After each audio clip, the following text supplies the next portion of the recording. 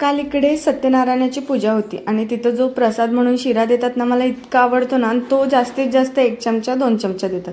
त्यानं काय माझं पोट भरत नाही. मग मी घरी आल्यानंतर लागलीच करायला घेतलं आणि म्हटलं त्याची रेसिपी तुमच्यासोबत शेअर करावी. चला तर मग बघूया कसं करायचं. तर येथे कढई घेतली. कढई गरम झाली की आपल्याला 2 चमचाभर तूप टाकायचं आणि तूप जास्तच टाकायचं आणि आपल्याकडे जे ड्रायफ्रुट्स अवेलेबल असतील ते टाकायचे आणि मस्त परतून घ्यायचं. आणि लागलीच रवा टाकायचा आहे. रवा पण चांगला परतून घ्यायचा आणि कलर चेंज झाला की आपल्याला लागलीच एक केळ कट करून घेतलं आणि चांगलं परतायचं. जोपर्यंत केळ रव्यामध्ये मिक्स होत नाही तोपर्यंत चांगलं परतत राहायचं. आणि चांगलं मिक्स झालं की सर्वात शेवटी आपल्या चवीनुसार आपल्याला साखर टाकायची. कोणाला गोड आवडतं जास्त, कोणाला नाही आवडत, तर आपल्या चवीनुसार टाकायची. आणि 2 वाटीभर मी पाणी घेतले. पाण्याऐवजी तुम्ही दूधही टाकू शकता. आणि नंतर वेलची पूड टाकायची आणि चांगलं मिक्स करून घ्यायचं.